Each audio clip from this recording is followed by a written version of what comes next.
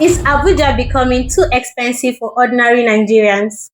Good day, listeners, and welcome to today's real estate discussion. I am Gordon Rosemary, your number one real estate consultant. Today, as the Federal Capital Territory continues to develop, properties, price, rent, and the cost of living keep rising.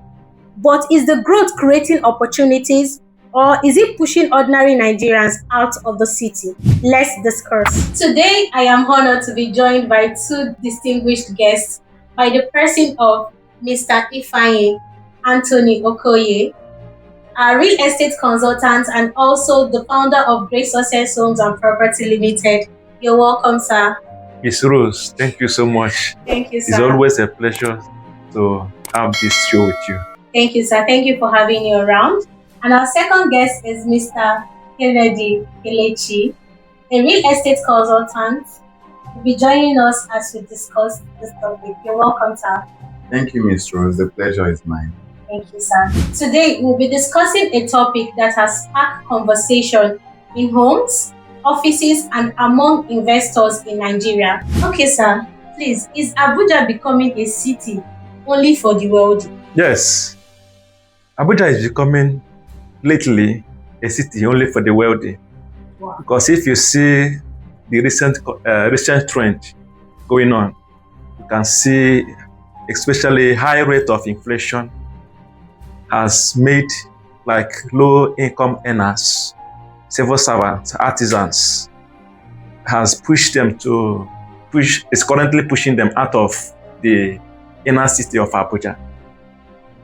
Yes, affording homes is now a challenge. Most people that normally pay their rent easily before cannot easily pay their bills. Some of them have been ransacked by their landlords. Some of them have been thrown away. So it is currently one of challenge facing Abuja as a city, as I'm speaking to you now. So that is why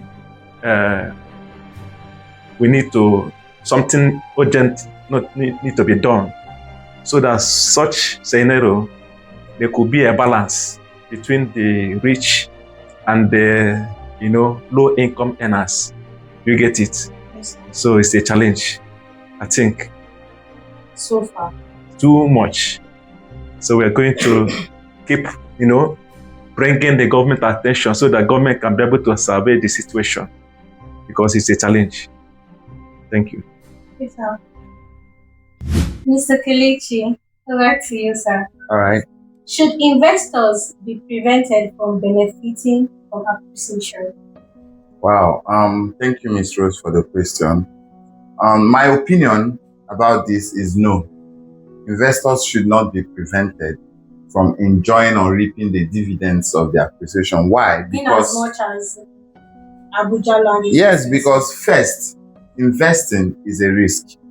So when you are taking that risk, there are two likely outcomes to occur. It's either you profit from the risk or you make a loss on it. So by strategically positioning yourself in an area where you take the risk and you reap the dividends, yes, you need to enjoy the fruit of your labor because of the risk and the foresight you had in which you actually invested in that particular location. So for me, I think the thing here is not stopping investors from reaping the fruits of the dividends of their investment, but rather creating more opportunities for low-income earners and civil servants, artisans to actually be able to also participate in these investment opportunities. And the best time to invest is now, and the best place to invest is in developing areas, because a place that was considered as a village or as a rural area is now an urban area or a developed area. Thank you very much, Mr. Kelechi, for that sweet response. Welcome. So, sir, I will throw my second question. I'm ready. Should housing affordability be a priority? Of course. So housing is very should be a high priority for all parastatals, government, corporate bodies equally, and individuals. Because when a government or when people do not have a place where they can be able to live comfortably to go to their different daily activities, it will be a challenge. It will make even the government workforce not to be coming to their work. When they are pushed not to live in the city, that is why governments as a body should do all they can to provide affordable housing opportunities where citizens that lives in FCT can actually lay their heads. Not just, but affordable. And is equally an opportunity for real estate companies and individuals to keep investing, providing, making homes available, opportunities, making them available so that low-income earners can be able to either buy one or rent one to the degree of their capacities. So that is why they should be able to do this, because it is one of the primary aim of the government to do what? To provide affordable houses for the populace.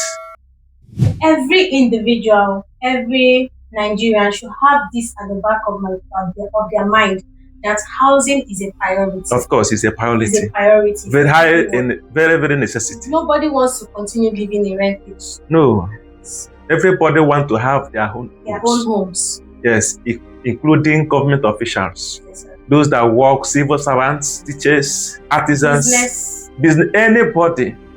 Everybody must have a place that is that where the person can lay his head and come to the work the next place, the next day. Exactly. Thank you very much for that insight. Thank you so much. Okay, Mr. Kelechi, my second question will: isn't rising land value a natural result of development? Yes.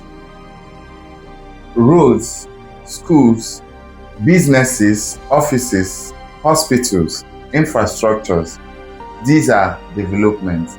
So when they are coming up at a very location, of course, it tends to increase the value of that location, thus making that place expensive. So this is because of the high value of that place. Yes. So land value is actually caused by the development that has come in that location. So but basically the main thing there is that as land value rises, people should actually rise with the development, right? So by going for lands in developing areas and going with the government at such pace that they are developing the same area. Thank you very much. Thank you. That keyword, as land rises, people should rise with the land. Yes. Okay. Thank you very much, sir. Thank you. My third question would be like, are ordinary Nigerians being left behind by the government? Yes, they are being left behind by the government. But one thing I will throw to the government before we conclude this show is that a city should not be only attractive to its investors or to the well-to-do only.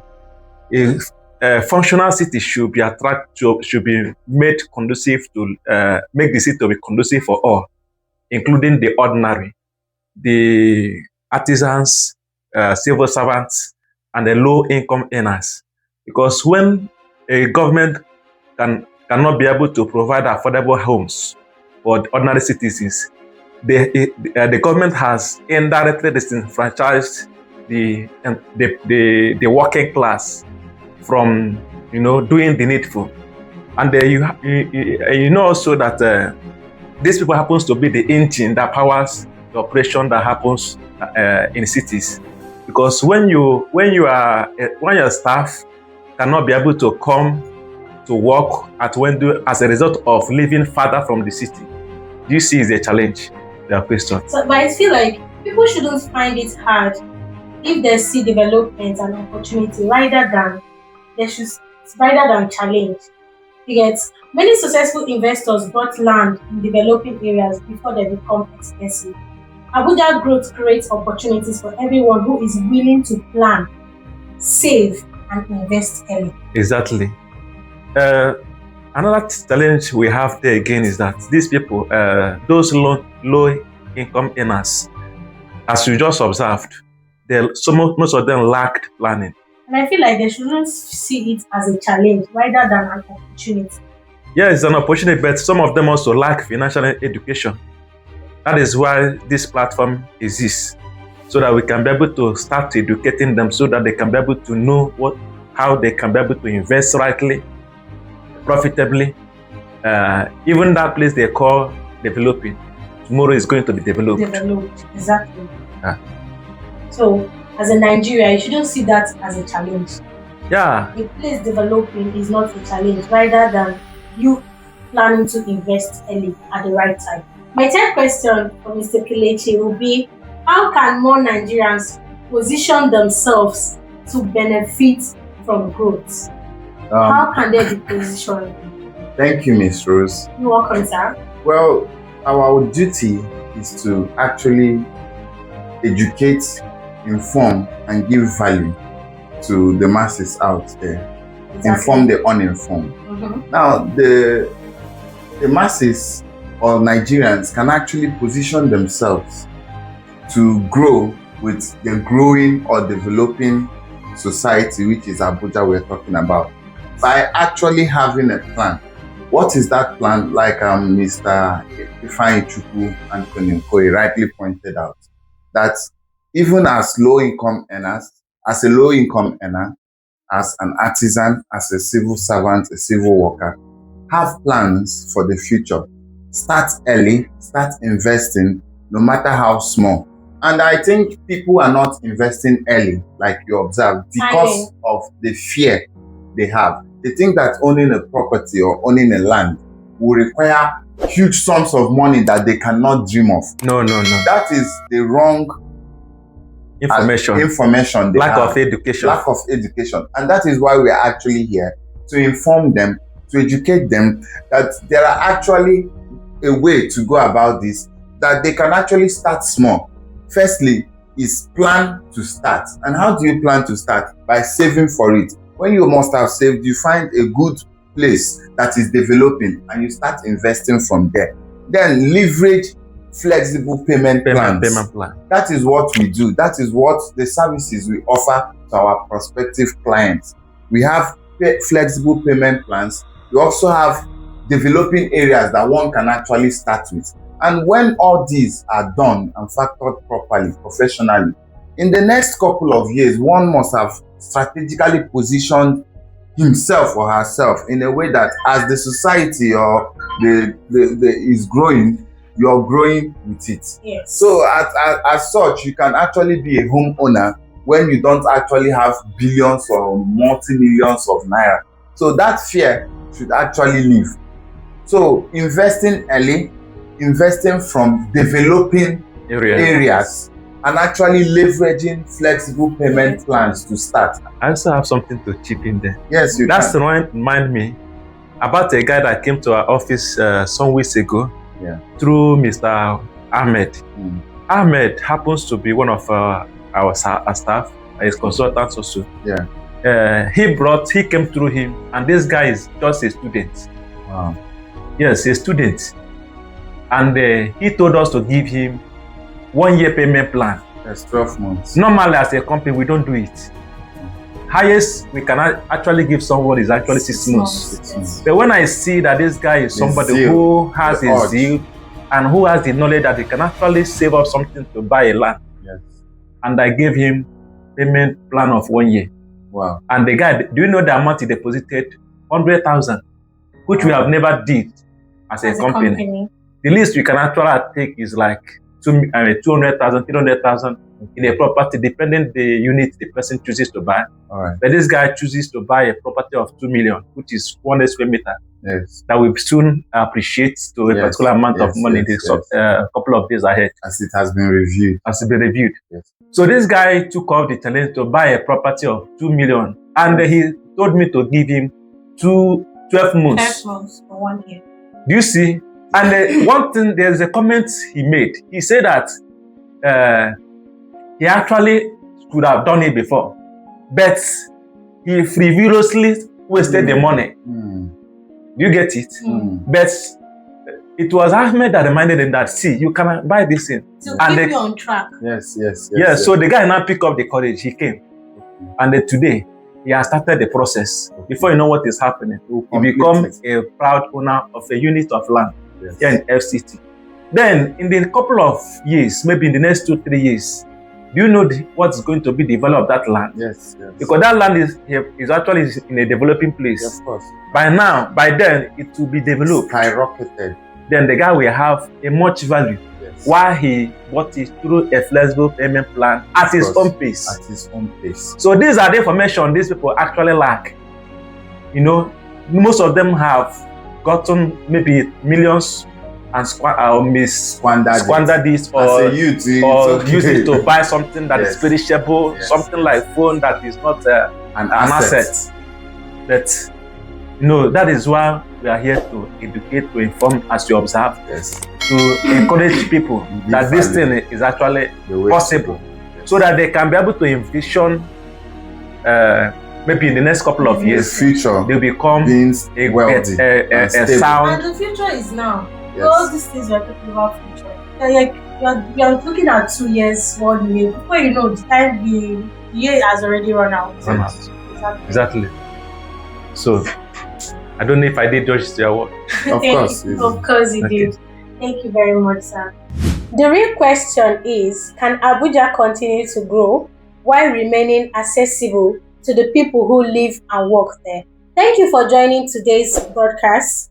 Share your thoughts and let's keep the conversation going. Like and subscribe to all our YouTube channel and all social media platforms of our organization. Great Success Homes.